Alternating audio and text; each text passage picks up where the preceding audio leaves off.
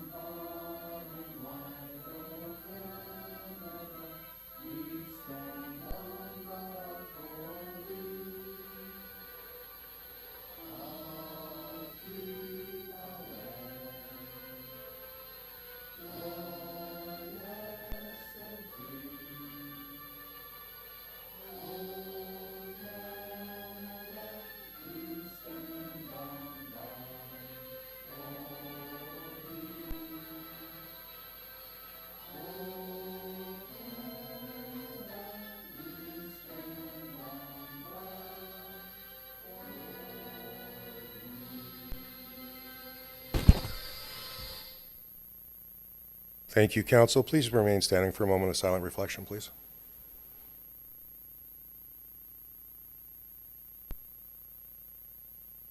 Thank you, council. Audience, please be seated.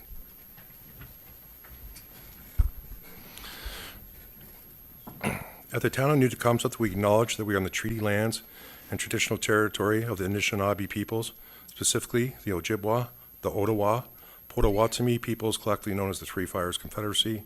This land is now home to many diverse First Nations, Inuit, and Métis people. New Tecumseth is covered by Lake Simcoe, Nottawasaga Treaty Number 18, signed on October 17th, 1818 with the Chippewa Nation.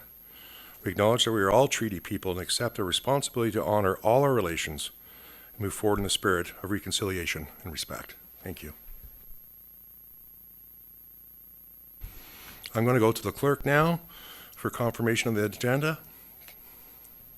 Thank you, Your Worship. There are no items to add or delete. Thank you, Madam Clerk. So I'll have a recommendation. Be it resolved that the agenda for the council meeting held on February 13th, 2023 be confirmed as circulated. Councillor Foster, Councillor Masters. All those in favor? That's carried. Thank you. Disclosure of pecuniary interest. Do any members of council have a pecuniary interest? Deputy Mayor? Thank you. I need to declare on CW31 the temporary patio program. Thank you. Thank you very much. Any other council members? Well, if one comes up or you find yourself in a position as we go through the meeting, please immediately raise your hand and we'll acknowledge you. I have one on CS1. At that point, I'll leave the meeting and I'll hand it over the chair to the Deputy Mayor, please.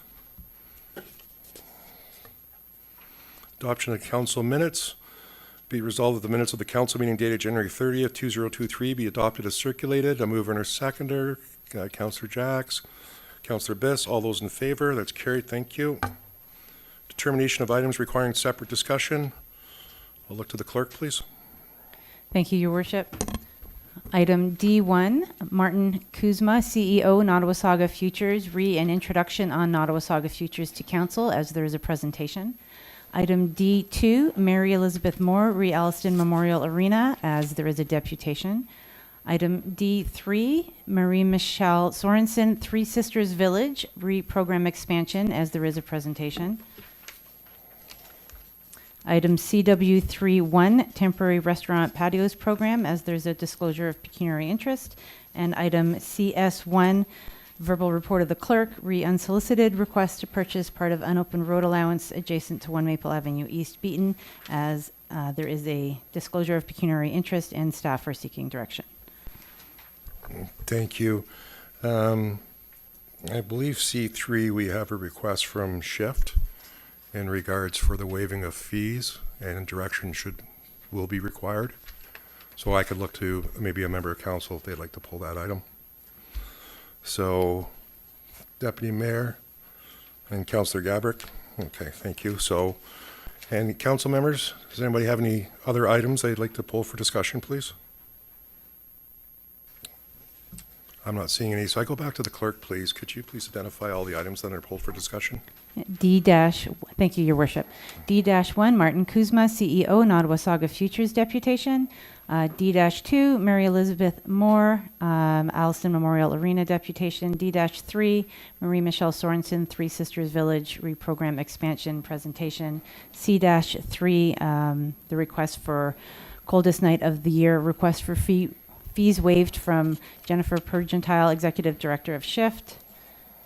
And CW31, Temporary Restaurant Patios Program, and CS1, verbal report of the clerk, unsolicited request to purchase part of unopened road allowance adjacent to 1 Maple Avenue East. Thank you very much. Thank you. So we have a motion be it resolved that items in the Committee of the Whole meeting report dated January 30th, 2023, including additional information memorandums, with the exception of those items identified for separate discussion, be approved, and the recommendations therein be adopted. And further, the communication items and any other item listed on the council meeting agenda dated February 13th, 2023, with the exception of those items identified for separate discussion, be received and are adopted. Move to second, or moved by the Deputy Mayor, second by Councilor Harrison McIntyre. All those in favor, please. That's carried. Thank you. We have no deputations requiring statutory or public meetings. Thank you. So we'll move on to our deputations then, and our first deputation is for Martin Kuzma, CEO of Nottawasaga Futures, and we're having an introduction on Nottawasaga Futures to council. So Martin, if you'd like to come up, our deputations are 7 minutes, and just so you know, the clerk does hit that clock. Perfect. That's good enough for me. Thank you, Your Worship. Thanks, Martin. My name is Martin Kuzma. I'm with Nottawasaga Futures, the CEO. So essentially, Nottawasaga Futures is a community economic development corporation. We provide business loans through our community investment fund, support to entrepreneurs. Go on to the next slide, if you don't mind. Support to entrepreneurs, information, resources, business coaching, and mentoring. Our catchment area is made up of the following 5 municipalities, including Newtek. Our head office is located here in Alliston, with satellite offices in Innisfil as well as town of Bradford. Next slide, please. These are just a summation of some of our services for the fiscal year 2021 to 2022. In terms of Newtek, 20 Newtek businesses participate in the coaching and mentoring program. 67 Newtek businesses received one-on-one business in-depth counseling. In terms of the loans, in 2021-22, 7 loans were issued to Newtek businesses for just over $300,000. Next slide, sorry. Next slide again. Our organization did participate in the Regional Relief and Recovery Fund administered through FedDev. So in our community, we lent out just over $2.199 million for a total of 49 businesses that were supported through those funds. Next slide, please. Through our community economic development programs, we participate in 19 community projects. Next slide, please. Some of those projects included youth entrepreneurship. We partner with Focus on delivering youth program where it introduces youth to potential of entrepreneurship as a career option. We also act as a film liaison for the area. We provide the BizLink program which helps support business transition of owners looking to sell their businesses. We've partnered with Camp Hill Communities of Ontario in their Maple Syrup Festival. So again, introducing to entrepreneurship through different groups. Next slide, please. We also participate in a green program called the South Simcoe Streams Network, where the objective is to rehabilitate the streams throughout our region. And we also participate with the agricultural sector in the area through our Acknowledge Forum and providing support to agricultural businesses. Next slide, please. And that's pretty much it. Next slide, please. Thank you, Martin. Your reputation is phenomenal throughout the community. Thank you. Certainly a lot of new businesses and small businesses certainly reached out to you, and they have nothing but great things to say. But Martin, if you don't mind, I'm just going to kind of go around the council table to see if there's any questions for clarification. So I'll just, Councillor Foster. Thank you, Mayor Norcross, through you to Martin. Thank you for your presentation. Can you describe in what capacity our Economic Development Office and Nottawasaga Futures, how they interact and how they complement each other, work with each other? Sure. We work together very closely in terms of supporting the business community. We help businesses that are setting up in the community navigate the local bylaw process in terms of if they're setting up a restaurant where they have to go to get the proper bylaws that comply with that. What else? Any lands that are available for sale. Sort of the inventory, we look to the town to sort of help us with navigating that. If we have big investors coming into the area, that may reach out to us. And in terms of film, we work with the town to make sure that when we issue the film permits, that all the sort of check boxes have been ticked off in terms of a public safety perspective. And yeah. Councilor Foster? No, thank you. It was just nice to hear some of the more collaborative stuff you do with the town and how you're mutually beneficial, so I'm happy. Thank you. Thank you. Let's go around the council table and coming back around this way. Thank you, Martin. No other questions from council. So we have a motion be it resolved that the deputation of Martin Kuzma, CO, Nottawasaga Futures, be received. Councilor Cox, Councilor Rappin, all those in favor? It's carried. Thank you. Thank you, Thanks, Worship. Martin, very Thank much. you, everyone. We're moving on to our second deputation. Mary Elizabeth Moore, reference the Allison Memorial Arena. Ms. Moore, would you like to come up to the, thank you. Thank you for this opportunity. Mayor Norcross, Deputy Mayor McClellan, councilors, staff, and fellow citizens. My name is Mary Elizabeth Moore. I am a long-time resident, having lived here since 1972, first in Beaton and now in rural New Tecumseh. My talk tonight is about the Alliston Memorial Arena. I come in support of the upgrades to this arena proposed in the current budget. I watched both of the current budget working sessions and was pleased to see attention given to the Alliston Memorial Arena.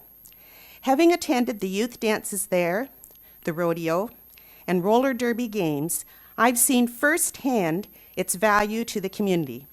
However, it was mentioned at the last budget meeting that the arena was, on its last legs, run down, and beyond its use. I was surprised, as when at the vaccination clinic held there during the pandemic, everything looked really good. After that budget meeting was over, I decided to make a trip into Alliston to take a look inside the Memorial Arena. Upon entering, I was struck by the really fresh, bright, and superbly clean appearance everywhere inside. I went upstairs and saw the refurbished kitchen in the hall, a great space, which is now certified for community use. Coming back downstairs, I saw the arena floor being buffed for the evening's roller derby practices, and that large concrete floor was just gleaming, ready to welcome the roller derby ladies that evening and the ball hockey players coming both days on the weekend. Was being well used. As I walked near the renovated snack bar, I was reading the various scheduled events on the electronic information screen on the wall when a young father with his very young son came in. When chatting with the father, I asked if they were going to the sport meeting upstairs. I commented that his son appeared quite young for sports, and he said, well, he is 3. Then off they went upstairs. I could hear a ball bouncing and others arriving. Well, that said it all to me. Not only this father and son were having fun, but they were inside a safe and welcoming space, connecting with other young residents. I left feeling happy and proud, knowing that our town leaders supported residents by maintaining this building for the community. To me, the recent pandemic reinforced the fact that this arena provides a key service for the community. The large areas already there provide lots of adequate spacing between individuals and for community groups of various sizes. I feel it's especially important for youth to have safe spaces to gather for events together, as backyards are now much smaller than years ago, and playing games on streets definitely isn't nearly as safe as it was in the past. It was felt a while ago by some that with the opening of the new Tecumseh Recreation Center, this memorial arena was not then needed anymore. To me, both community centers are needed now more than ever, as they serve different purposes for the ever-growing number of residents, many with young families. We are so fortunate that the Alliston Memorial Arena is a really strong structure that was built to last, like Stratford's William Almond Memorial Arena, which opened its doors there in 1924. When visiting Stratford, I saw the date that arena opened on a sign outside, so I decided to go in. I sensed its past history as soon as I stepped inside, and I saw firsthand how that arena is still going strong in that community. If someone has not grown up in New Tecumseh and moves here as an adult, I feel that anyone who steps inside our memorial arena will sense this town's history as well and want to make connections with other residents in the town. With lifestyles being different than years ago, and many residents commuting significant distances to work, feeling connected to where one lives can prove difficult. To me, anything that can help residents to connect and feel part of their home community is very important. I can envision the many activities being held now and in the future at Alliston's Memorial Arena will be a huge help to continue to foster the sense of community that I and so many others in New Tecumseh now enjoy. I therefore respectfully ask that you please support the proposed upgrades to the Alliston Memorial Arena as presented in this year's budget. Thank you. Thank you very much. And I want to thank you very much for taking the time to come out tonight and express those heartfelt feelings for the AMA. I know how supportive you've always been towards that facility, and you're right, it is getting used. Is there any comments or questions from members of council for our presenter, Councillor Gabrick? Thank you, Your Worship. Thank you for that lovely speech. It was really well written and really funny, and it was nice to see the insight as to how the arena is being used. I don't think that the comment that it's on its last legs represents everyone's views here at this table. And the things that were approved in the budget were the safety items. The floor being an add-on was kind of an additional ask, but we did support taking care of that building. Thank you. Thank you, Councillor Gabrick. Are there any other comments or questions? Thank you so much for taking the time out. And council is having a all-day budget working session this Thursday, where there'll be further budget deliberations, and I'm sure your presentation tonight will spill over into that meeting. Thank you, Mary Norcross. Thank you.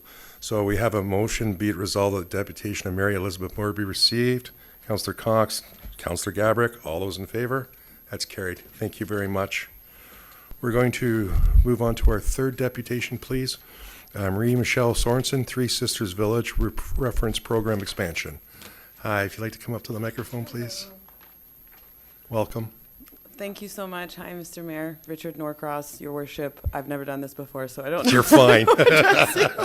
Members of council and everyone in the room. Mary, that was beautiful. That was very moving. Thank you for that. So we're here today to just present to the members of council and everyone here who the Three Sisters Village, who we are, and kind of ask for a bit of a partnership or some support that we could get from council in order to kind of root ourselves in the township of New Tecumseh. So a little bit about who we are. The Three Sisters Village is a place to be and grow. We are located at Homestead, which is where I reside. And there we offer a holistic approach to learning and development in an outdoor setting. Thanks. Our team is made up of 5 incredible women that have unique sets of gifts, experience, and knowledge that fuels this ever-evolving project.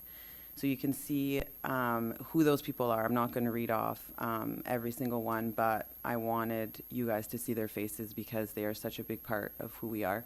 And Julia's here with us today, supporting us as well. So we put our minds together to plan programs, develop business strategies, inform and educate our community on what Forest and Nature School is and what our programs are, and as well as connect to its members.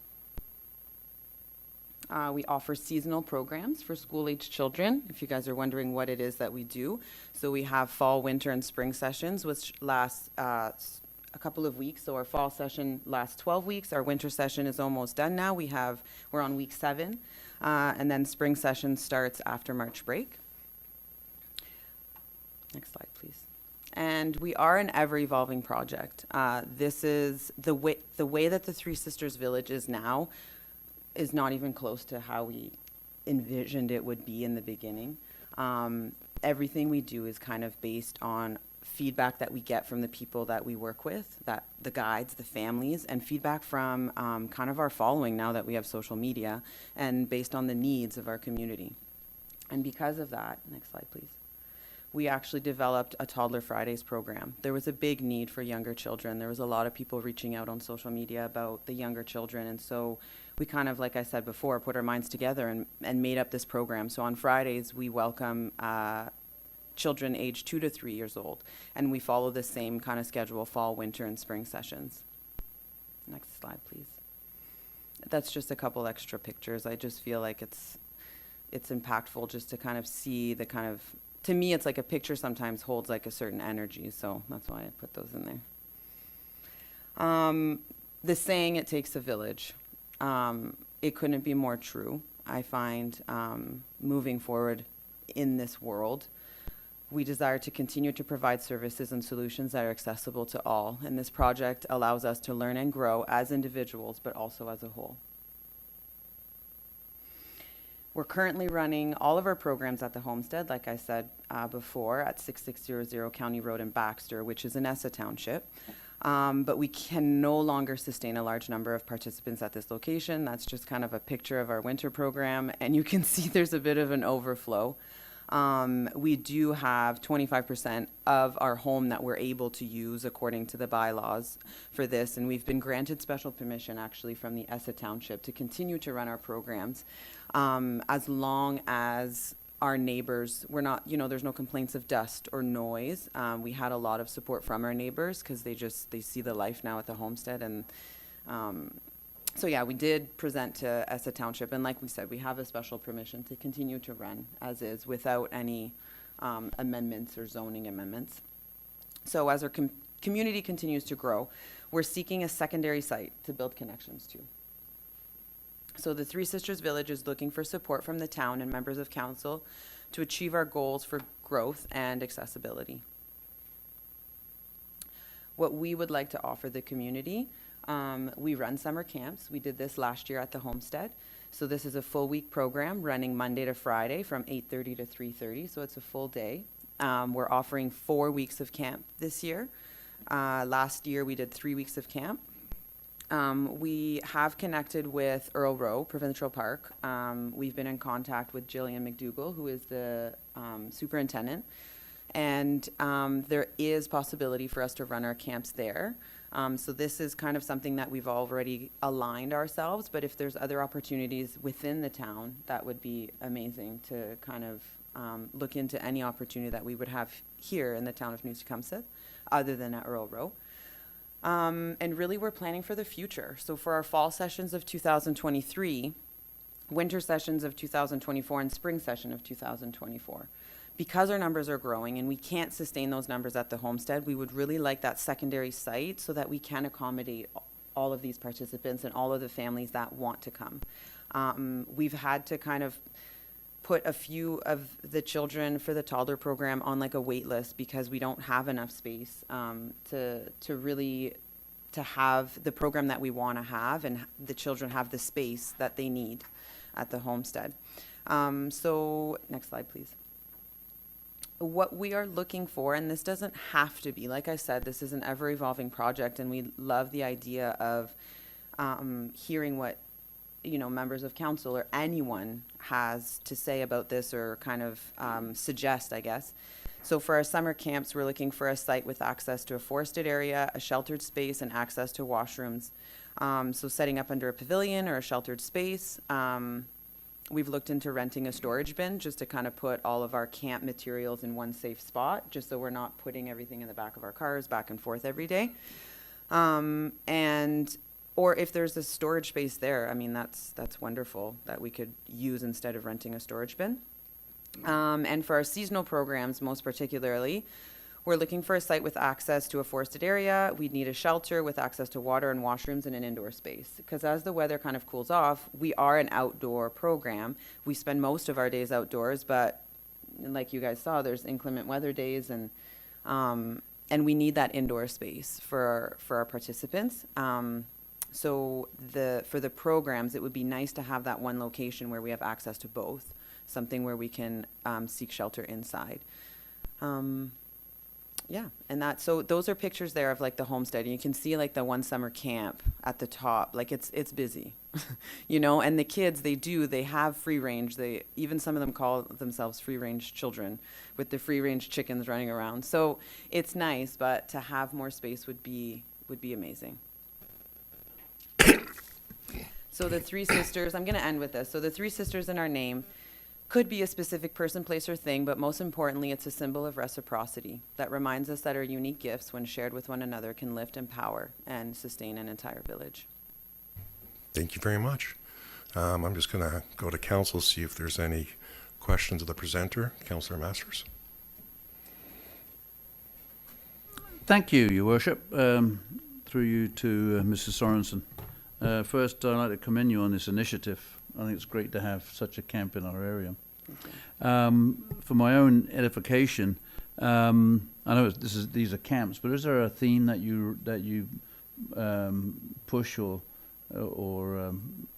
what is the main theme you like to participate with the children? What is it you like to, the messaging that you go through? The messaging. That's a good question. It's a question that we kind of ask ourselves all the time, even in moving forward. The biggest thing I think that the Three Sisters Village is founded on is the principles of Forest and Nature School. So Forest and Nature School, a lot of people are like, oh, it has to happen in a forest. Not necessarily. It's based on principles that connect the participants to place, and connects participants to themselves, and allows children to kind of lead their own learning. So when you talk about the emergent curriculum, it's that a curriculum per se, we don't follow a curriculum, we follow the children. So if there's something that interests them, us as guides, we don't see each other as teachers. We're not the givers of knowledge. We're the ones that kind of support and learn alongside the children. And so I think that's our biggest message, is that we have so much to learn from one another. And it's not so much like, you know, we're the teachers and they're the learners. We all learn together, and we can't forget that third big party is nature, and that connection to nature. We have so much to learn from nature. And so that is I would say nature is our biggest teacher. Very nice. Supplementary, Your Worship? Go ahead. Knowing the area around here, is there a particular location that you've kind of thought would be very nice, or something you think that would suit your purpose? Yeah, we've been really seeking Earl Row. So this has been happening since October. There have been some challenges along the way. I think it's administrative not issues, but just some challenges that I can't go beyond what I've gone. I think that the superintendent now has to take those steps to make sure that everything's aligned, because we are an insured forest school. So there was Earl Row.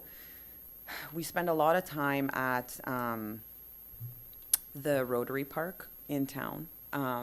We've gone to the Boyne Museum. I know that there's a bit of a space back there that doesn't always get used. Mary talked about the arena, and instantly I just kind of, I lit up. I feel like something in the middle of the town, even though, like I said, we don't have access necessarily to a forest in the backyard, that's okay. Because connecting to place is really important, and having our participants really understanding where they're from and connecting to the place that helps us thrive, right? That's why I thought maybe the Riverdale Park would be Yeah, the Rotary Park. Yeah, Rotary Park is a good location. Yeah, they have that little forested area. We spend a lot of time there. It's beautiful. It's central. So, and just to clarify, you're looking for a place to go to every day. Are you looking to rent a place, or are you looking for the town to donate the property? I just wanted to clarify that for members of council before council. For sure. Yeah. Of course, we are in our financial planning. There is room for paying for the space to rent it. Just like we said at Earl Row, we would have to pay the pavilion to be there for camps. There is room for that, but we are just starting. Like this project, we're coming up to a year now with the March break camps, and so to get us on our feet, if there's any opportunities for grants that anyone has a connection to that we could tap into, that would be wonderful. If there's any funding available, that would also be a gift. No, that's great. I don't want you to have to go through the whole thing. I just wanted to clarify, Yeah. were you looking to rent or you were looking for free space? So, and you did that for me, Councillor Jacks, go ahead. Thank you, Your Worship. Through you to Ms. Sorensen. I commend you as well on the initiative and the success to date. Knowing having an elementary age student daughter who's a student, they get such a reduced amount of time outside in comparison to what we even had as children growing up. So I can imagine how wonderful the days are outside. Just to clarify, I noticed in your program schedules, it is 12 weeks and they run Wednesdays and Thursdays. So is your target student someone who's homeschooled then currently? Like, how does this fit with a traditional curriculum or school-aged child? It's so great. Thank you so much for your question. Both, all of it. So we have a lot of homeschooling students that do, or participants that attend our programs, but we also have public school education students that come once a week, sometimes twice a week.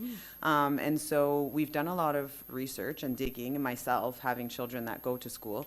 One of my sons actually goes to school 2 days a week, and then he attends forest school for the rest of the week. And we homeschool on there's public school, forest school 2 days, and then homeschooling 1 day. And so as a parent, you have the right to homeschool your child even part-time. And so what the parent does is they present this to the principal. They write out a letter of intent to homeschool, and then usually there's no issues, and the school board signs off, and then they're able to attend. And so that's why we kind of run this way, just also to honor the seasons and the flow of how it goes.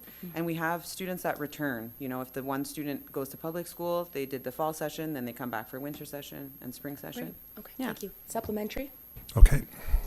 Thank you. Just your presentation noted a couple of times accessibility, providing accessibility. Can you just speak to that in clarification? Is the program or curriculum available to anyone requiring any type of accommodations to be met? Thank So you. right now, no, because of where the homestead is. I mean, there's no ramp to go into the indoor space where we are. Of course, if we had a family approach us and say, here, this is, we have certain needs that need to be met, we would figure out a way to make it happen. The terrain might not be safe for someone or accessible to everyone, anyone in our community. We're also on County Road 21. So accessibility is not so much, is also in terms of, can these children get transportation? Because it's kind of out of the way for a lot of people and might not work with the commute for parents. And so, again, accessibility in that sense is something that we're looking for. That's why in Alliston, yeah. Okay. I don't see any other questions from members of Councillor Rappin. Through you to Ms. Sorensen. Thank you so much for coming. Very interested as a teacher, and I've done my outdoor ed and all that as well. And hi to Julia over there in the audience, and hello to Natasha as well. Taught with Natasha, another member of your group. The one thing, if you haven't been paying attention to some of the things we're going through lately, I've been talking about natural playgrounds, and you were looking for a direction to go. If you wouldn't mind, I'm more than willing to look at grassroots initiatives from communities, and if you want to have a look at a natural playground, I definitely love working with you and seeing if we can bring something like that into our community. So, Yeah, sorry, just in response, Councillor Rappin, we do have a motion that it will be referred back to Parks and Rec to come back with a report to council on what spaces are available or that the town may be able to work with you. So that, Thank you so that much will for be the coming. motion. But I want to give everyone a chance to speak. Councillor Gabrick? Thank you, Your Worship. I'm just wondering, through you, how this would possibly affect existing day camps that we already have in New Tecumseh, what those attendance numbers are looking like, and whether that would deplete that, and also what liability would then fall back to the town should an injury occur on town-owned property. No, thank you, and that's a great question. Yes, the town does run its own day camps, so the suggestion would be is to refer it back to staff and ask them to come back with a report that could address available spaces and the questions that you just asked, responsibility and liability on the town. So, yes. Sorry. Go ahead. Sorry, can I? Yeah, sure. No, we're just trying to direct it to, you want to report back, you want to know what can be done, so I'm just putting it there. So. Okay, great. Sorry, Councillor Gabrick, you talked about liability for the town. I just wanted you to know that as an insured forest and nature school program, we do have our own insurance and liability. And when we do run programs on a secondary site, it's kind of considered like as a field trip. So we're covered as long as we get the certificates of insurance from our insurance company with the proper address, then there is some coverage there. I know it might be different, I guess, with the liability. We have a certain level that we would expect that renters or people that use our facilities would have to provide. But once again, we can address that too. So, any other comments or questions? So the Deputy Mayor, can you move the motion that it be resolved that the deputation of Marie Michelle Sorensen, Three Sisters Village, be received, and that staff report back with with possible opportunities. Is that enough direction? And do you want to second that, Councillor Jackson? Okay, so that's moved and seconded. All those in favor? That's perfect. That's carried. Thank you so much. Thank you.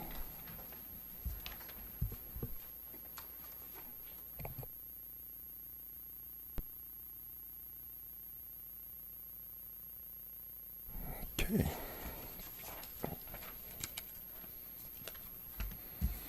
We're moving on to CW3. Sorry, C3, my apologies. And that is a request from Jennifer Bergentile, Executive Director Shift, refer coldest night of the year, request for fees waived. Deputy Mayor, you pulled it. Did you want to put a motion on the floor? Thank you. Yes, I would. I would like to put a motion on the floor that we waive the fees for Shift for their coldest night of the year event on at the AMA for February 25th, 2023, and that we also waive the fees that they have already paid for the parking lot in the amount of $162.42. Thank you. Thank you. Is there a seconder? Councillor Masters? Is there any comment or discussions on that motion? Sorry. You want to go? Okay, Councillor Bisk? Thank you, Worship. Through your Worship to staff, not sure who could answer it. How much will the total be that we waive in terms of the fees that we're waiving? I figured that's where the GM was. Sorry, Councillor Bisk, that's why I was looking at her to answer the question. Sorry. Through your Worship to Council, First of all, I'd like to mention that we did look into the opportunity of renting the facility, which is not available during that time frame. So, except after 5 o'clock. So I'm not sure that that's even suitable for them. So that might cross that section off of the request. Secondly, I don't have the email. It was $164.42. But I'd just like to respectfully point out to council that we generally don't waive fees, but what we have been known to do in the past is offer a grant in lieu of the cost of the fees. We don't like to set a precedent or a protocol of waiving fees by request, but it is council's prerogative to grant funds to different facilities should they choose to do that. No, thank you for that clarification, GM. I'm sure 5 o'clock, if that's when it's available, I'm sure they would take that because they don't come back, I think, till maybe 5 o'clock. Yeah, the walk starts at 4, so if we can offer it from 5 o'clock up, if council's amenable to doing that. You heard from the GM. Did you want to just grant it, or do you want to, waive the fees, or do you want to take it from the grants and donations? Is there any comments, questions? Councillor Foster?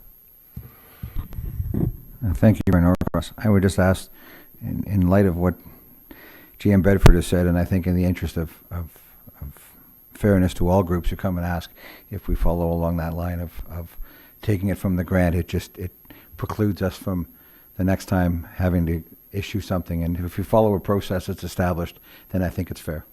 So I'm not opposed to it. It would just be if it follows that process, I would ask that we make that amendment. I'll look to the deputy mayor to be okay with the friendly amendment. Yep, absolutely. Thank you. Seconder? Okay, thank you. All those in favor? That's carried. Thank you.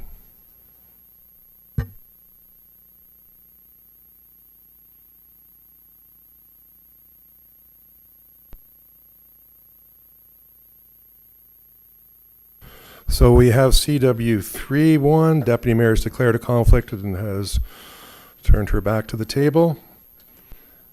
And the motion is be it resolved that report number ED-2023-01 be received. And further, that municipal fees and charges required to obtain a permit to operate temporary restaurant patio will continue to be waived. Further, fees were reviewed as part of the annual fees and charges bylaw review. Mover and seconder, please. Councillor Foster, Councillor Biss. All those in favor? That's carried. Thank you. Deputy Mayor, you are back in.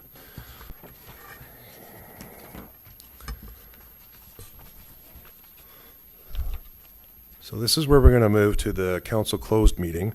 I have a pecuniary interest, so once the motion's carried, I am going to vacate the chair, and Deputy Mayor McCullen will take over the chair and run the meeting. I'll look to our valued members in the audience. When we do go into closed session, we do leave the chamber area here. They close the door, and that's what they have, a closed meeting. When they're done, if you're still here, you're more than welcome to come back in and hear the decision, and as we continue on through the night. So I have a motion be it resolved that council convene in the closed meeting at 6:41 p.m. It's for a verbal report of the clerk, unsolicited request to purchase part of an unopened road allowance adjacent to 1 Maple Avenue East, Beaton, as per the Municipal Act, Section 2392C, proposed or pending acquisition or disposition of the land by the municipality or local board. Mover and seconder, the Deputy Mayor, Councillor Harrison McIntyre. All those in favor?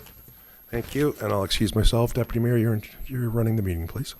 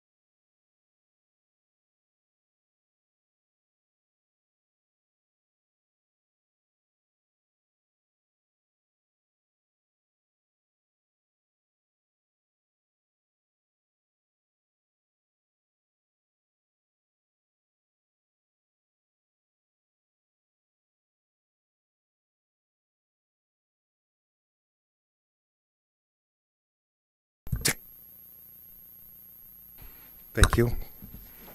Welcome back. Welcome myself back. So we're reconvening into open meeting. I look to the clerk.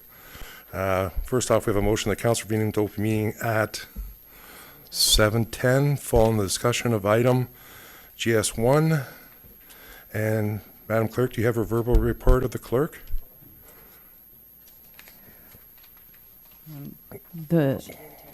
The motion is that that the verbal report of the clerk be received, and further that the confidential direction therein be approved. Thank you. So that's moved by the Deputy Mayor. Is there a seconder? Councillor Foster? All those in favor?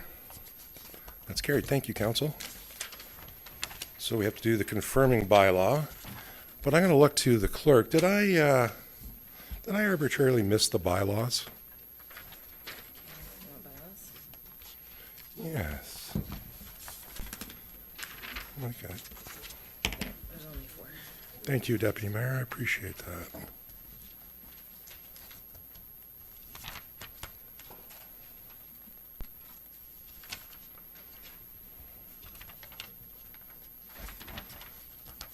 Be resolved that the following bylaws be read a first, second, and third time enacted. Bylaw 2023-028, 2023-029, 2023-030, 2023-031, moved by Deputy Mayor, Councillor Gabrick. All those in favor? That's carried. Any general information or announcements? I'm not seeing any. Public notice, there's a committee of the whole planning public meeting this Wednesday, February the 15th, 2023, 6 p.m. right here in these council chambers.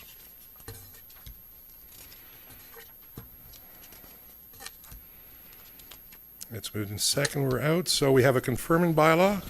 So it'll be resolved that bylaw 2023-032 to confirm the proceedings of council at its meeting on February 13th, 2023 be read a first, second, and third time and enacted. Moving or seconder, Councillor Jacks, Councillor Cox, all those in favor? That's carried. Adjournment, be resolved that the meeting adjourn at 7:12 p.m. Moving or seconder, Councillor Cox, Councillor Harrison McIntyre, and we are adjourned. Council, I had the luxury of being outside. Would you like to take a 5-minute break before we progress into the next one? I see the head saying yes, so we'll be back in 5 to 7 minutes, please. Thank you.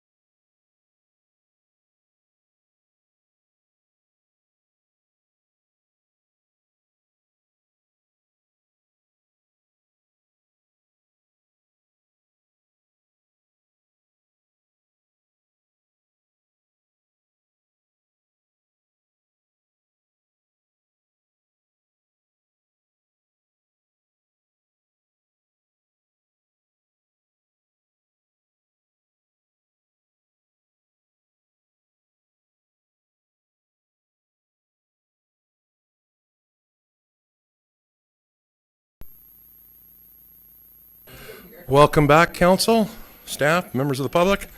We're going to head into our Committee of the Whole, Monday, February 13, 2023, public meeting. So I'm going to go to the clerk. Confirmation of agenda. Thank you, Your Worship. There are no items to add or delete. Thank you. So the recommendation that the agenda for the Committee of the Whole meeting held on February 13, 2023 be confirmed as circulated. Mover, seconder, please. Councillor Bess, Councillor Gabrick, all those in favor? Thank you. Disclosure of pecuniary interest. Council identify any disclosure of pecuniary interest and the reason thereof. Council, like I always say, if you find yourself in that position, just raise your hand. So I'll look to the clerk to identify any items requiring separate discussion, please. Thank you, Your Worship. Item CW51, Community Improvement Plan Status Update, as we have a presentation by staff. Thank you. I'll look to council. I'm not seeing any items. Oh, sorry. CW52, please. Thank you. I'm going to slowly go around the table. Councillor Masters. Thank you, Worship. CW11 is that, and CW12, and CW51 and CW52. Thank you, Councillor Masters. Now I'm going to go to, sorry, Councillor Bess. Thank you, Worship. CW32, please. Thank you.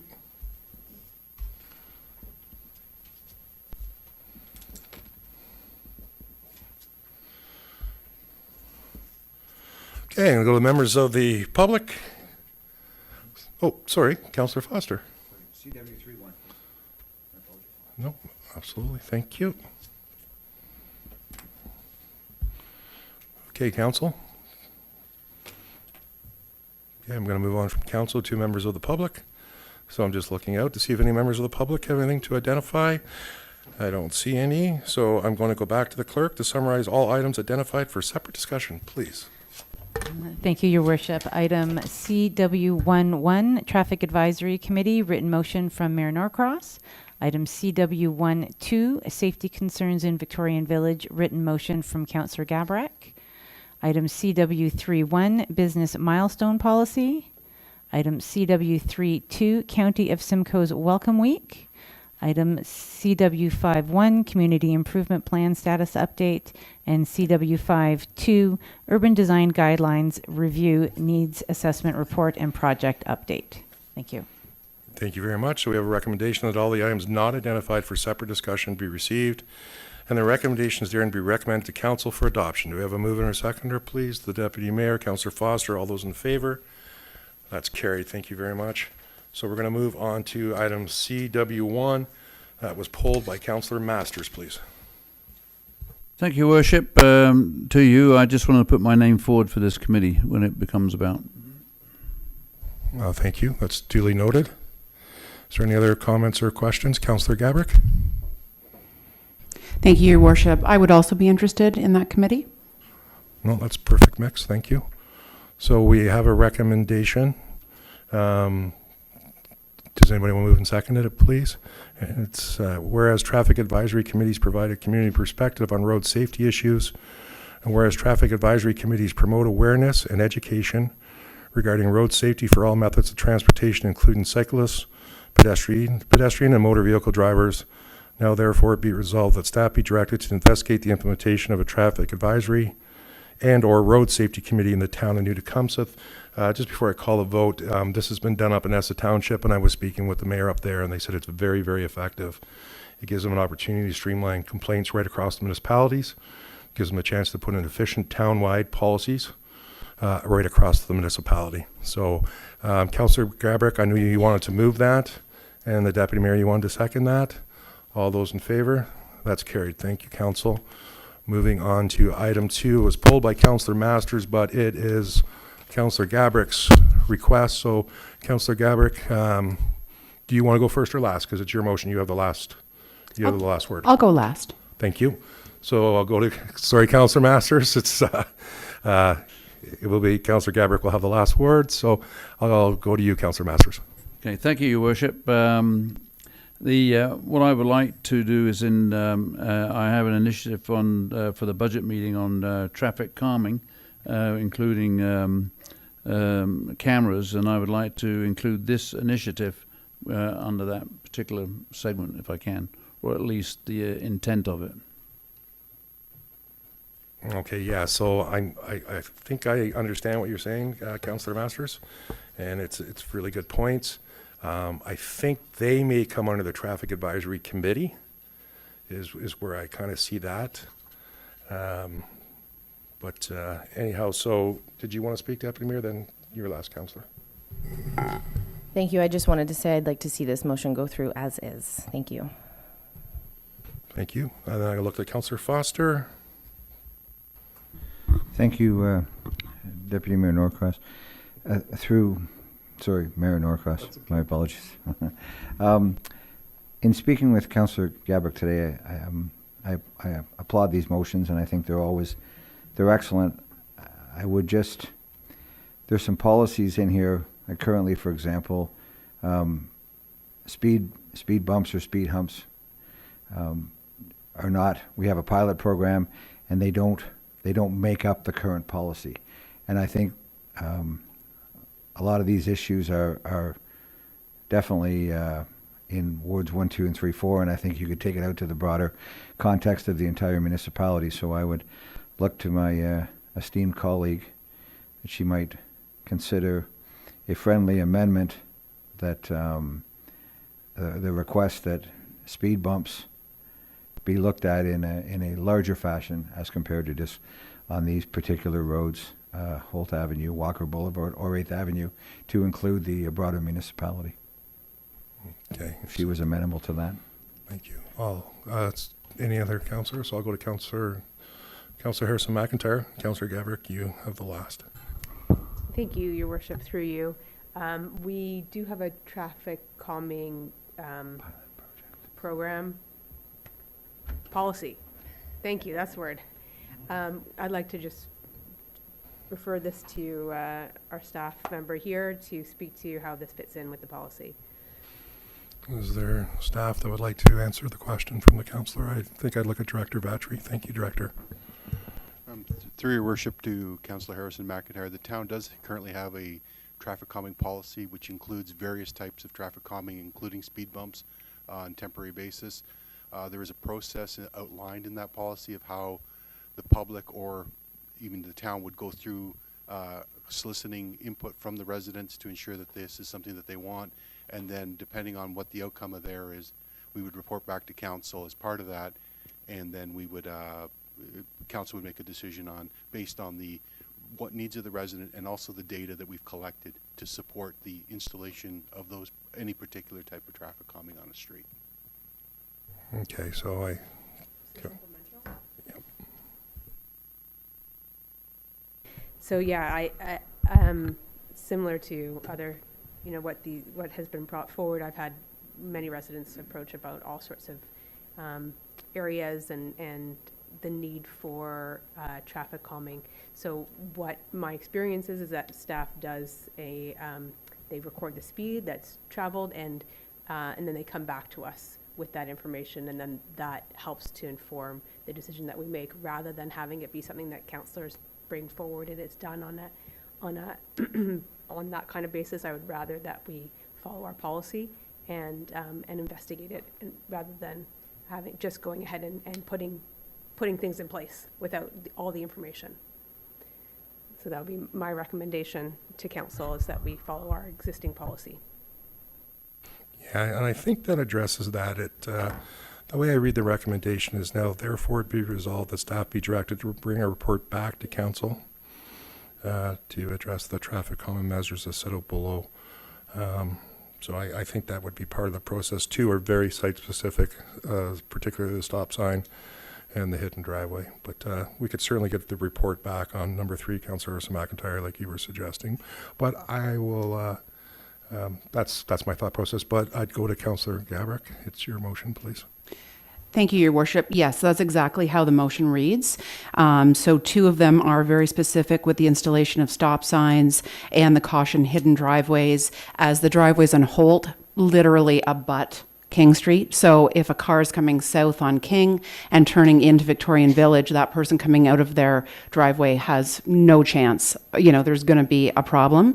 As for the stop sign on Holt at Morrison, that has become kind of a throughway through there, and there's been a lot of near misses, especially in the mornings. But as it pertains specifically to the speed bumps and the speed humps, taking into consideration Councillor Foster and Councillor Harrison McIntyre's suggestions, I wouldn't want to do that without consulting staff, following existing policy, and also speaking with residents in the community to see where the best placement for that would be.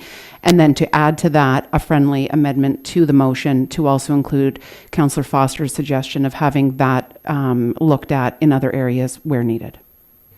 Okay. So I would look to Director Vatry then, or do you have clarification or enough that if this gets passed tonight, that you will bring a report back identifying implementation on 1, 2, and 3 before any decisions were made? Yeah, through your worship, yes, we'll collect the data and we'll bring you back a report that identifies how these could be implemented. I looked at the councillor. You're okay with that? So I have it moved by Councillor Gabrick, and a seconder for this motion, please, that's on the floor. Councillor Masters. Okay, all those in favor? That's carried. Thank you, Council. We're moving on to our item CW31. That's our business milestone policy. And Councillor Foster, you pulled that, please. Thank you, Mayor Norcross. Through you to Ms. Breeden, our economic development, further to my my email that I sent today, and actually the subsequent amended email. My only concern was, and maybe I'm reading it wrong, I would look for other input from other councillors, is I think it's a great policy. It clarifies a lot of things. And as I said in my email, thank you to you for your interactions with the business community and what you're doing. I just noticed a number of references to businesses for profit, and then very clear direction after that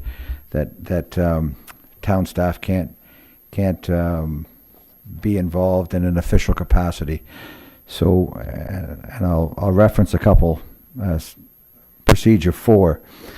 Businesses seeking town officials to attend a not-for-profit special event will be contacted by ED office and notified that town officials are not able to attend these for-profit events in any type of official capacity.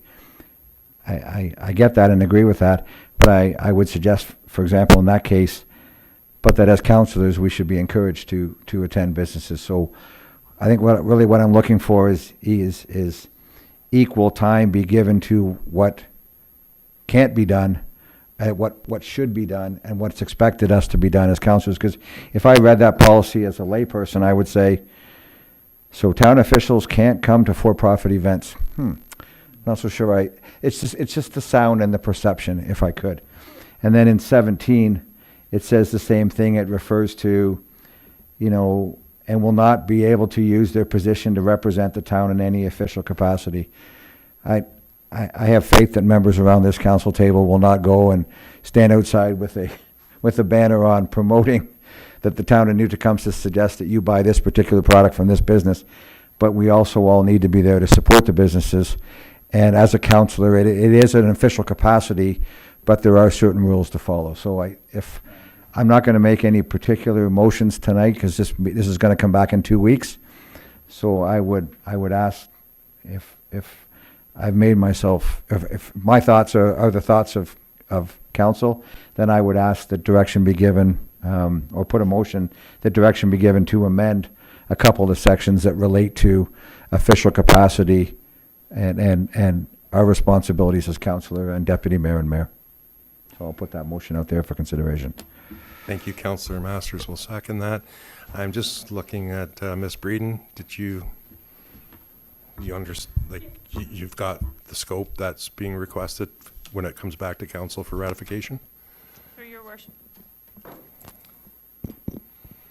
Through your worship, yes, I understand the direction that council would like to see us take. Thank you very much. Before I call the vote on the motion, are there any comments or questions, please? Councillor Gabrick.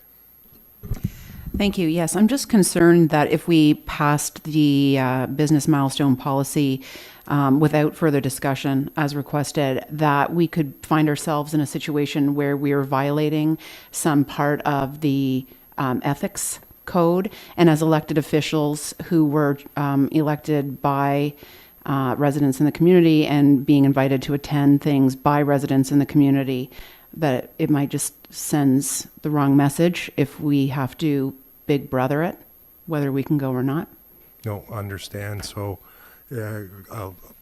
Councillor Foster, my understanding, just to make sure that we're on the same page, is that it's going to be referred back to Ms. Breeden. She'll make the revisions to the policy on the suggestions of Councillor Foster. It will come back in 2 weeks, and then if you're happy, we can vote in favor then. But duly noted comments. I appreciate that. Councillor Cox, you want to make a comment? Or a question? Sorry, through you, Mr. Mayor, just so I have a clear understanding, is what the information that's coming back just how it relates to our code of conduct? I'm with Councillor Foster. Are you comfortable? Thank you. Thank you, Mayor Norcross. Just to clarify, is it, when reading the policy, it gave the impression in my mind that it was, that you if there's a for-profit event, which every business in town is in there for profit, they all do their other events, is that we can't attend in any official capacity. Well, as a councillor, that has official capacity connotations to it, and so I just simply thought that the policy in 3 sections where it was written stopped a little short of saying official capacity is as a spokesperson for the council, but as a councillor, you would probably want to be there and be encouraged to be there. And that by reading the policy as it was written, I didn't think it portrayed that message on those 3 ends. I'm not sure if that answers your question. That's what I was looking to do. Councillor Cox?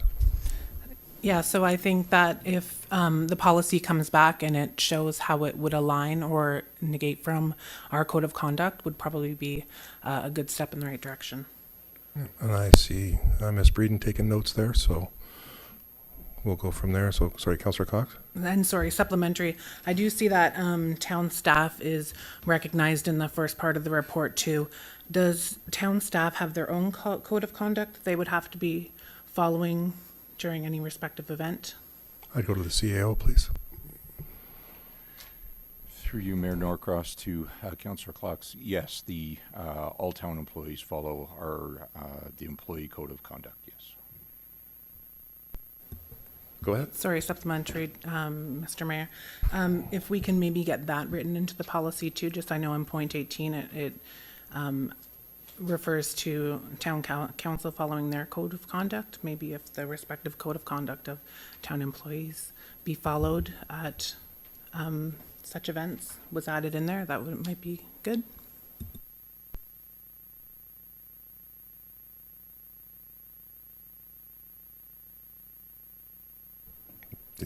That's fine, Mr. Seal. Yeah, we'll make sure that's referenced on the report that comes back.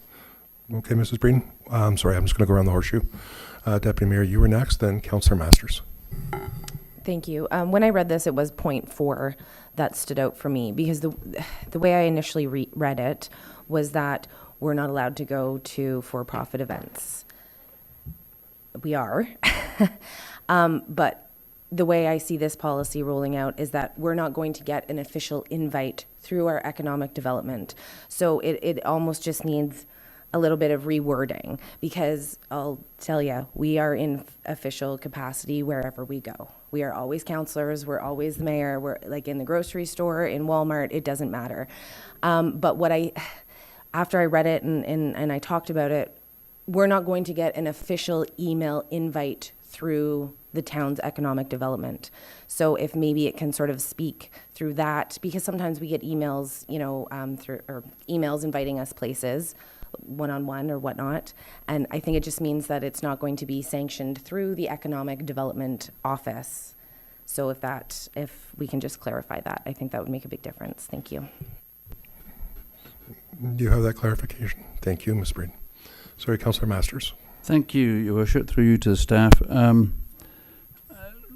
What would be the difference between a policy for staff and a policy for council? If we're talking the same thing, I think they should pretty well follow the same, wouldn't they? As far as policy of conduct, under those conditions of business visitation. I don't see where. So in other words, I would be a bit strange to be reading a policy for staff and then read another policy for council. I think there should be a blended policy on something like that. I'll go to the CAO to either answer or to refer. Thank you, Mayor Norcross, and through you to Councillor Masters and members of the committee.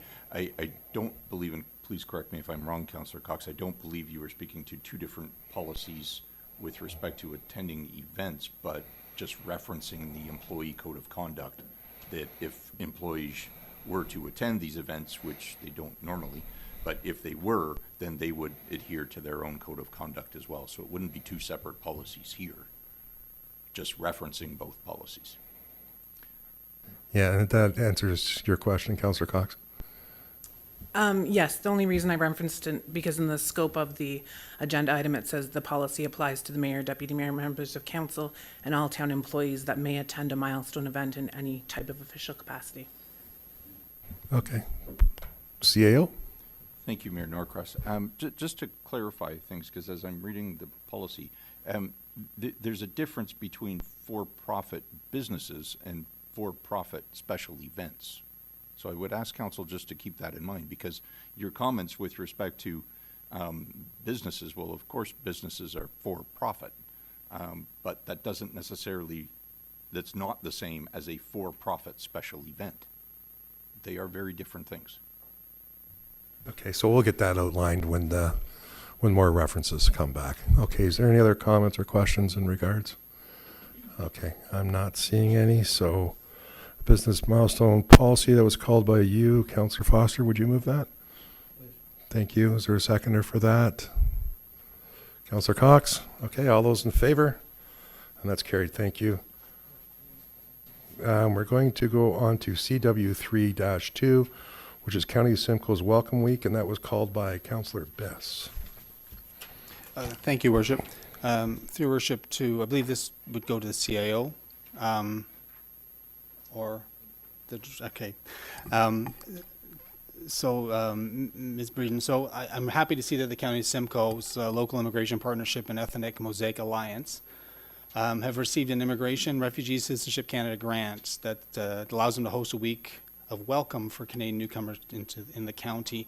I noticed in the report, which is very well written, that almost 20% of our residents were born outside of Canada, and certainly that reflected a lot of the things that I saw when I was out campaigning, and I was very happy to see that. And the two organizations are requesting that the town of Newtecumseth lead a one-day community, municipal, and social services fair during the week of June 11th to the 17th, and I support that 100%. What I want to ask, though, is I believe our policy is that we do not waive fees, and we certainly wouldn't waive, and instead we provide grants. However, I do not believe that the County of Simcoe qualifies for a grant. So I would ask that we remove the second paragraph of this motion, to remove and further the staff be directed to waive all rental and setup fees to the County of Simcoe associated with holding the community fair at a town-run facility. And I'm hoping that someone would second that we'll just read the first one, that report ED 2023-04 be received, and further that Committee of the Whole direct staff to undertake a community fair between the week of July 11th to 17th, 2023, in association with the County of Simcoe's Week of Welcome. Thank you. Is there a seconder for that motion, Councillor Jacks? Okay, so we have the amended motion. Any other comments or questions, Deputy Mayor? So just to be clear, we're not giving them a grant and we're not waiving the rental fees? Is that, okay, I don't support that. I think down here there needs to be more of a presence to celebrate and practice inclusion with local immigrants and the ethnic Mosaic Alliance, and I still support that we, whether it be in the form of waiving the fees or giving them a grant, regardless, I'd like to support this initiative because I think it's important. Clarification, Councillor Bess. Thank you, Worship. So just to clarify, Deputy Mayor, I'm not saying that we don't support it. What I'm saying is that the county does not qualify for a grant, nor do we waive fees. So it's not possible for us to provide any financial assistance, considering though the grant that the Simcoe County is the higher municipality, and they also have received money from Immigration, Refugees, and Citizenship Canada.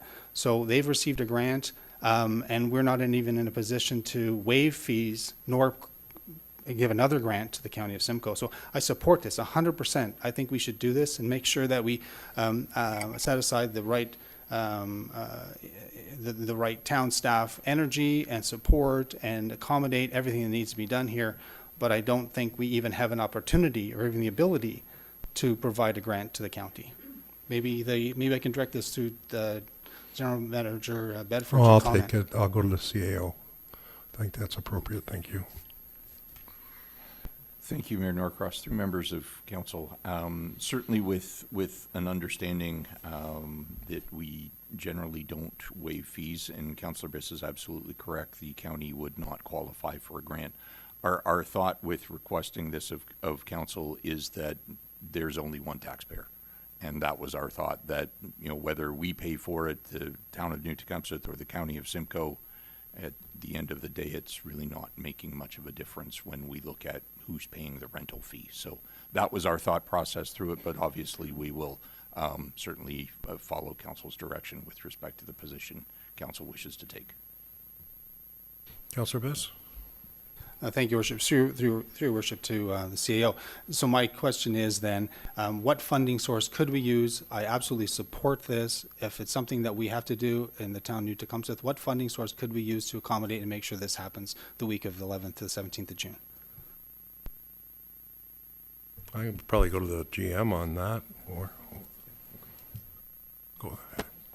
Go ahead. Through your worship, there is funding available in the economic development budget under special events that we could pull the money out of there that hasn't been allotted to upcoming events. There is a fresh a cushion, I would say, hopefully, if the budget is approved, that would allow us for an event like this. Okay. So maybe we come back, you can identify the funding sources, because it's got to come back to council, so that'll give you 2 weeks to identify a funding source.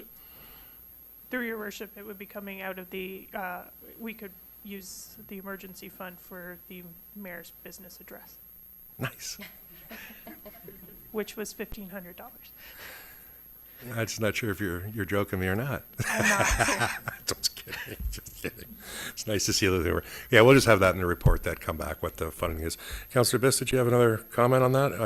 Yes, Worship. So I'll just amend my motion to read that report ED-2023-04 be received, and further that the Committee of the Whole direct staff to undertake a community fair between the week of June 11th to the 17th, 2023, in association with the County of Simcoe's Week of Welcome, and further that staff be directed to identify a funding source to support our efforts to support this great program. I'll give the clerk a minute to address that. I do have a couple of questions, though. Sorry, did you want to go, Deputy Mayor? No, okay, thank you. And this is through to Ms. Breeden. Reading the report, how many different days are going to be set up throughout the county? Through your worship, we believe there will be 7 right now. That was my thought process. The county has confirmed that the Sunday will be an event at the administration building, at the county administration building, and then the Saturday will be another event at their admin building, and then they're hoping to have a day in the east, west, north, and south. No, thank you. And the reason I'm going there is because what they're requesting, and it's interesting, is that everybody holding an event, they want us to develop our own marketing, our own promotions, and our own plans to have people attend the event. And they want us to develop, invitation and correspondence. I just wonder why we couldn't share. Can we not, instead of everybody going and doing their own, let's collectively work together, all 5 or 6 of the participants, and come up with one great process, And it's the same across the board, so that we could put it out there as a county-wide initiative. I think that would have a bigger impact. So would you mind asking if they would share what they're doing? Yes, Your Worship, happy to share that with the organizing committee. That'd be fantastic. Thank you. So I am now going to go to the clerk. I can read the first part if you want to do the second. A recommendation that report number ED-2023-04 be received, and further that staff be directed to undertake a community fair between the week of June 11th to 17th, 2023, in association with County Simcoe's Week of Welcome. And further that, I'll hand it over to you. Thank you. And further that staff be, thank you, Your Worship, and further that staff be directed to identify a funding source to support the event and report back to council at the February 27th council meeting. Okay, council, you're in compliance. Councillor Bissett, you want to move that motion? I figured you would. Do we have a seconder for that motion? Councillor Gabrick. All those in favor of that motion? And that's carried. Thank you, council. Thank you, council. Now we're going to move on to our CW 5-1, and we have a presentation, and it's regard to our CIP.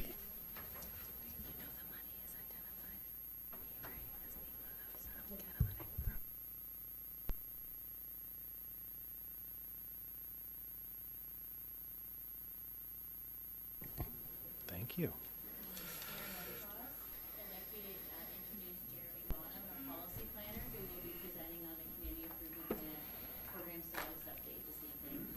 Thank you, Director. Jeremy, welcome. Thank you. So good evening, Mayor, Deputy Mayor, members of Council. I'm going to be providing you with a quick update on the current Community Improvement Plan, CIP grant program for the year 2022. So New Tecumseh, next slide please, sorry.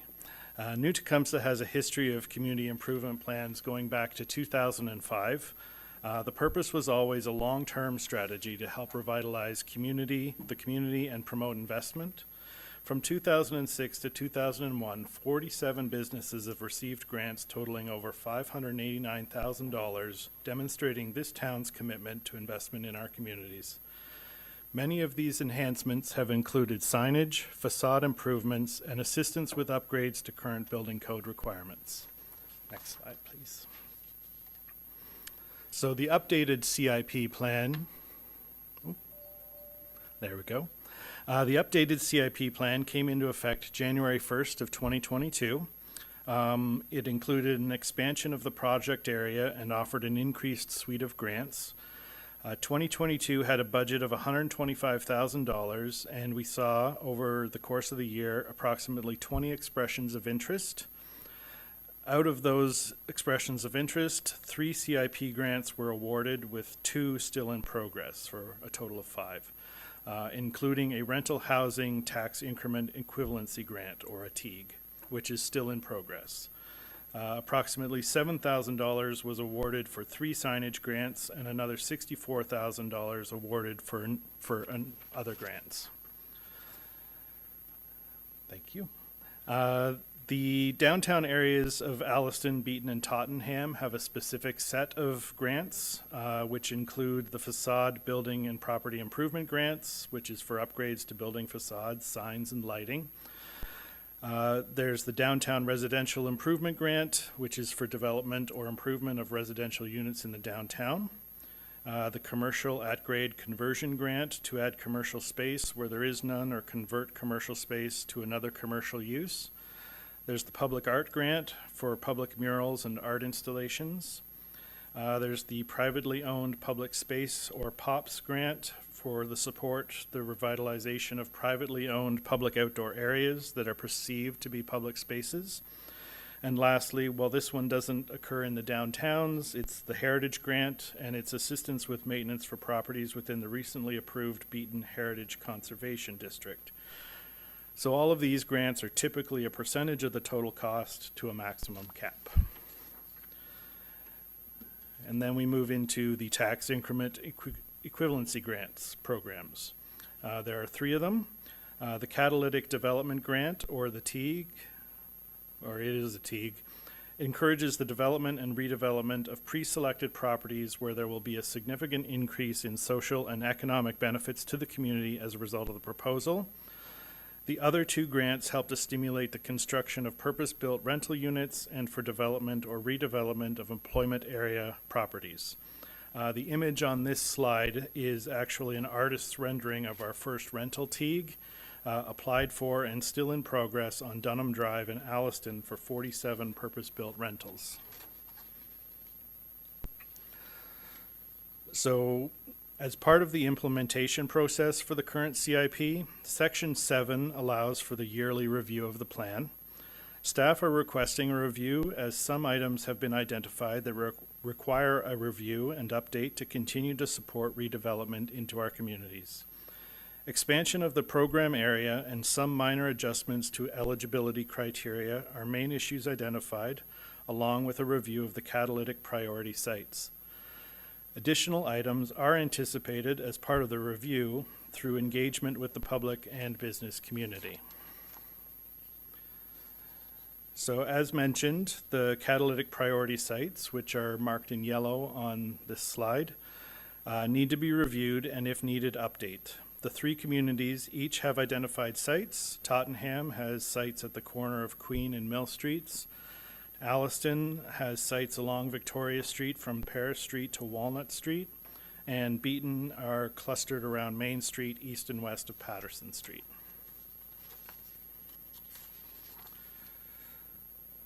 The marketing and promotion plan has been spearheaded by the Economic Development Department and has included a wide range of marketing tactics, including social and print media. There's also been an increased engagement with stakeholder organizations, chambers of commerce, and BIAs through presentations at BIA-sponsored events, as well as targeted tactics and messaging for each type of grant. So next steps. With the implementation of a review, our next steps will be to engage the public on the CIP in the spring of 2023 through open houses, online surveys, and outreach to BIAs and Chamber of Commerce. A review of the catalytic sites where staff will prepare a package for council review and input in spring of 2023. And finally, staff propose to have a draft update for summer 2023 for council consideration. Thank you so much for your time. Thank you. Are there any comments or questions in regards to the presentation? Councillor Masters? Thank you, Worship. I guess this is where I can... No, actually, we're just the comments and questions, then we'll let Jeremy sit down, Okay. and then we'll open the floor up to council's discussions. I just don't want you to have to sit there. So if there's any comments or questions of your presentation, Councillor Biss? Thank you, Worship. Through your Worship, I'm sorry. Jeremy. Jerry. I'm sorry, forgive me. That's okay. Yeah, and I just my brain went stalled on me. One of the things that I think that a lot of us are very interested in terms of urban design is to try and encourage businesses to invest in electrical vehicle charging. I mean, we all know that they have a certain range, and EV charging is something that determines whether or not someone can actually visit a certain urban or residential area.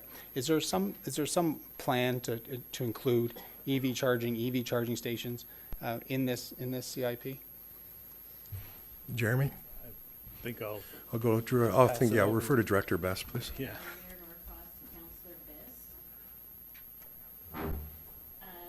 So at this time, we haven't. We're taking any input from council. I always sit in the spot with the mic that doesn't work. No, Director Battery gets here before you and swaps it. So at this time, we're just seeking input on what should be included for it. So EV chargers could go on our list. So we've just kind of gathered input over the past year from council input and what business owners have submitted to planning and at events have mentioned to us. So the floor is open. Thank you, Councillor Biss. You're good. Thank you. Any other comments or questions of Jeremy, please? Councillor Foster. Thank you, Mayor Norcross. Thanks for your report, Jeremy. Of all the different programs within the CIP, was there any of them that had no applications during the 2022 year? Like, I know you're looking to expand it, but is there also some things that, in looking back, you've said to yourself, we just had no take up on that and there doesn't look to be a lot of optimism out there, so that instead of expanding the program, something could be replaced, potentially? Director. Through Mayor Norcross to Councillor Foster. At this time, there was limited uptake with the coming out of COVID. So we're hoping with the more of the marketing and promotion plan that our Economic Development Officer, Ms. Breeden, has been working on, will help stimulate more interest in grants. And we also had a lot of interest in different grants, but they unfortunately were outside of the program area. Thank you. Thank you. Any other comments or questions of Jeremy? Oh, Jeremy, thank you very much for your very detailed report. Thank you. And you're welcome. Now I'm going to open up the report to members of council. And I believe this, we're at CW 5-1. So Councillor Masters, you had identified you wanted to speak to it during the presentation. Thank you, Your Worship. First, if you allow me, I just want to digress a little bit. Well, it depends how long you're going to digress for, to be honest with you. Actually, it's interesting. I sat on the Economic Development Committee for this town nearly 15 years ago, and it was actually the CIP program was handled under that committee, which was mainly made up of businesses, citizens, and a town representative. And so we handled the CIP program, which basically was just the facade program. And it's amazing how much this program has grown over the years, and I'm really happy to see that. But back then we had the same problem that many of the businesses didn't know about the program. And then after we'd finished all our grants up, people would come and say, well, I didn't know about it. I didn't know about it. So that leads me back to the earlier comments, and this is through to Becky Breeden of our EDC department. I noticed that, and it was in the presentation also, and thank you for that presentation, Jeremy. It was very good. Thank you. And part of the marketing side of it, we note that weekly social media posts on town social media channels. First of all, I'd like to ask, what are those media channels? And the second question is, and I should have checked it before I came here, is this program on our own town website? That's my question. Thank you. Thank you, Councillor Masters. Ms. Breeden?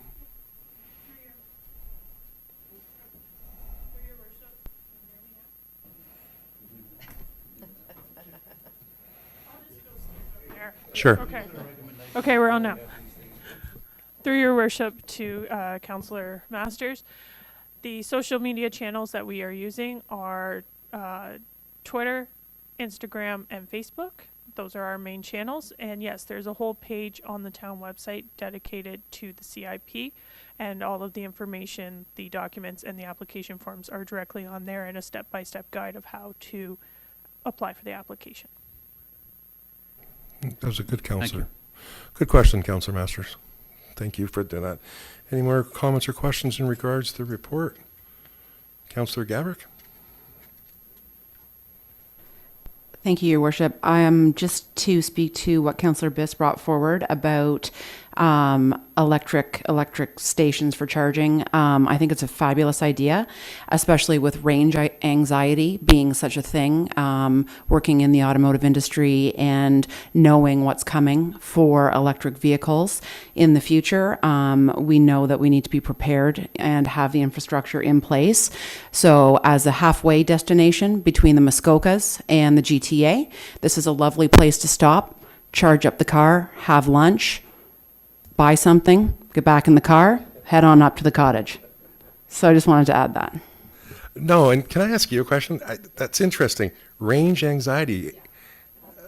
That's out there. I never thought of it. Yeah, through you, Your Worship, to Your Worship, it is a real thing, and it's becoming like the biggest problem since COVID. Like people are, buying vehicles. They're looking to the salespeople when they're buying the vehicles to not just look at the stats on the vehicles themselves, but also what the vehicle is truly capable of, depending on what you're towing and how far you need to go, and then what those layovers and delays look like because of the lack of infrastructure currently available. So I think, that would be a fantastic add to our downtowns.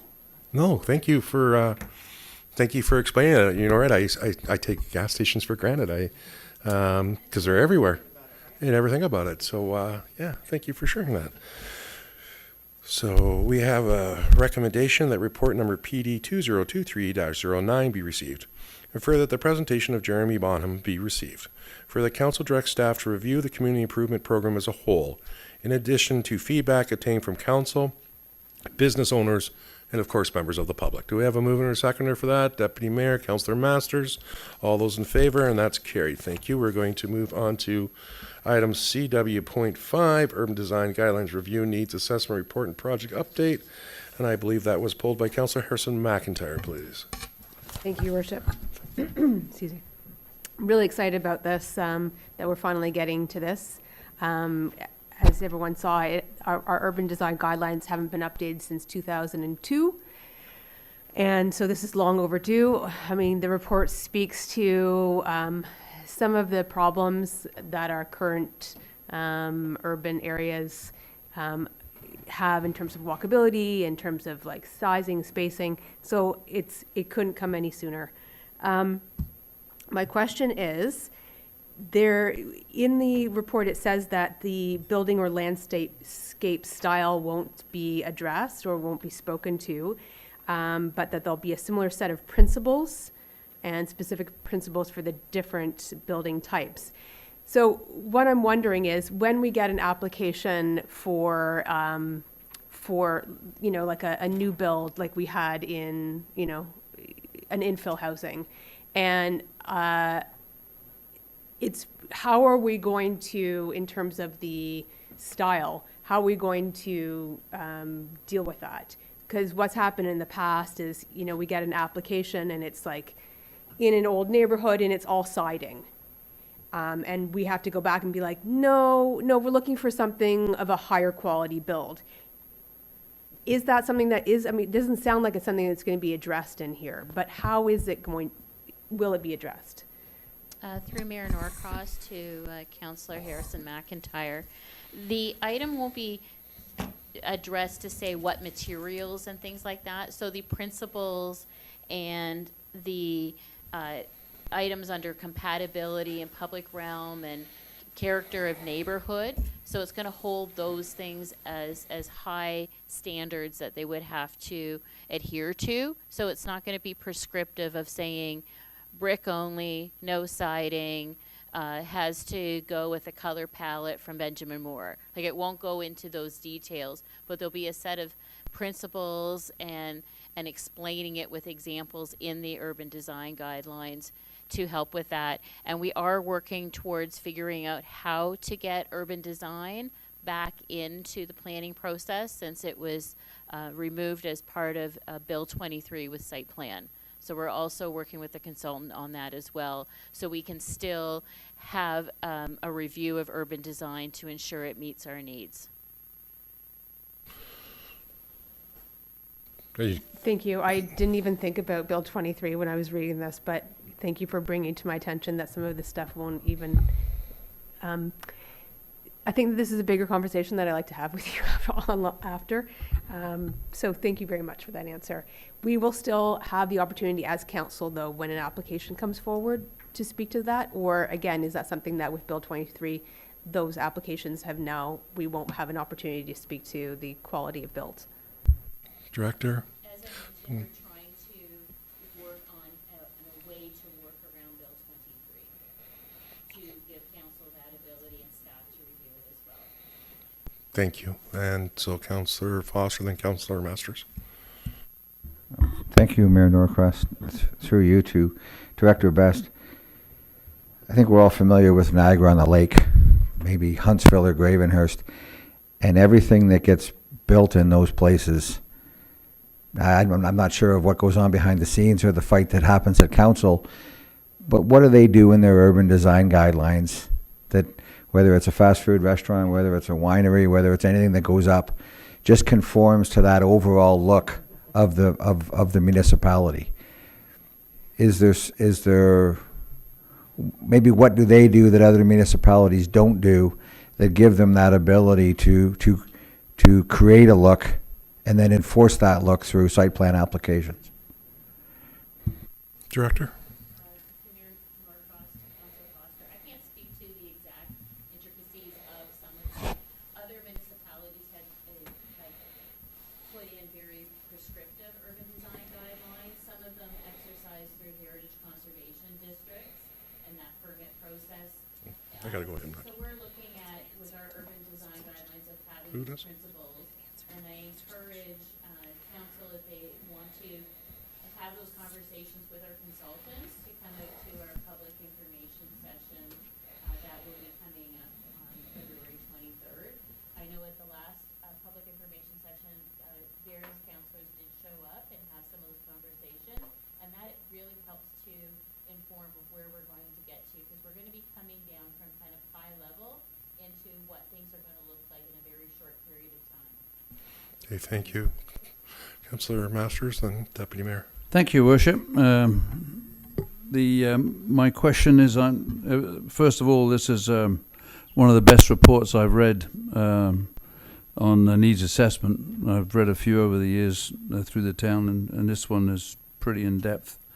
In particular, I noted on there it talks about limited walkways, surface parking dominance being an issue, and the little or no connectivity. And I really like the idea that this report is focusing on the needs of the people to be able to get around without trying to use their car. But that in mind, I didn't see a lot of information on public transit. And I think if we're going to, and I know that's the kind of the elephant in the room right now, because the county has been taking care of some of our transit needs right now, but sooner or later we're going to have to think about our infrastructure and how we as a town are going to manage transit within our town borders. And I wonder, if this is something that can be, really included in this particular report. Are you comfortable? Thank you. Across to Councillor Masters, the public transit piece is within if you go into the detail.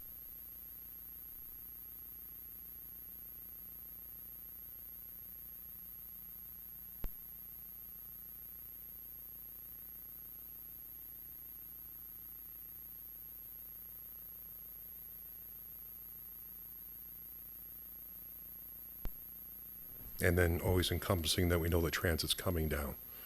And so that it won't be a surprise or a shock to the communities going forward that you will see transit buses. Well, let me finish. Okay, go ahead, Councillor Masters. Thank you. Thank you, Worship. So does this mean that we will be working on our own internal transit program in the future? Is this something that we're going to put together as an addendum to this report or in addition to this report? Like a more solid plan focusing on the needs assessment report itself, on how we're going to lay out. Director? This will be dealt with through the town's transportation master plan. It's a multimodal master plan which deals with public transit, and that is implemented through the engineering department. So we've referenced it, and we'll utilize the principles in that plan and incorporate some of them into the urban design guidelines. Okay, thank you. Thank you, Councillor Masters. Deputy Mayor, you were next. Thank you, Worship. Going back to Councillor Foster's comment about Niagara on the Lake, Councillor Harrison McIntyre and I both looked at each other and simultaneously whispered Heritage District, because it is a heritage district, and that's something that any heritage district I've ever been in is beautiful, like Niagara on the Lake. So I just wanted to point that out. Thanks. Thank you. Okay, so any other comments or questions in regards to the comments or questions? Go ahead, Councillor Foster. Thank you, Mayor Norcross. Is it exclusive to heritage districts, or does that designation have to be made in order to get that particular look, or can it be done without the need of a heritage designation? I guess through to Director Best. And thank you for the comment. I was not aware of that. Everyone has what they feel is appropriate for urban design guidelines, and that's where it gets really tricky, where it's subjective. So we're taking a principled approach and looking at other things like compatibility and connectivity and items like that to establish our look and feel. Because if you go through our communities, we don't have one look or feel. We have a multitude. So it's how do we do that gracefully and respectfully to the existing architecture? And and enhance where we can. Thank you. All right, so we have the recommendation that report number PD 2023-10 be received, and further that staff continue to work with the project consultants to carry out the necessary public engagement to provide council with an updated set of urban design guidelines for review and approval. Moved by Councillor Rappin, yes? Thank you. Seconded by Councillor Cox. All those in favor? It's carried. Thank you. We have no public notices. And we have adjournment at the Committee of the Whole meeting of February 13, 2023, adjourn at 8:15. Moved by Councillor Foster, seconded by Councillor Masters. Yes? Thank you. That's carried. Thank you, council. Thank you, staff. Thank you, everybody. Well done.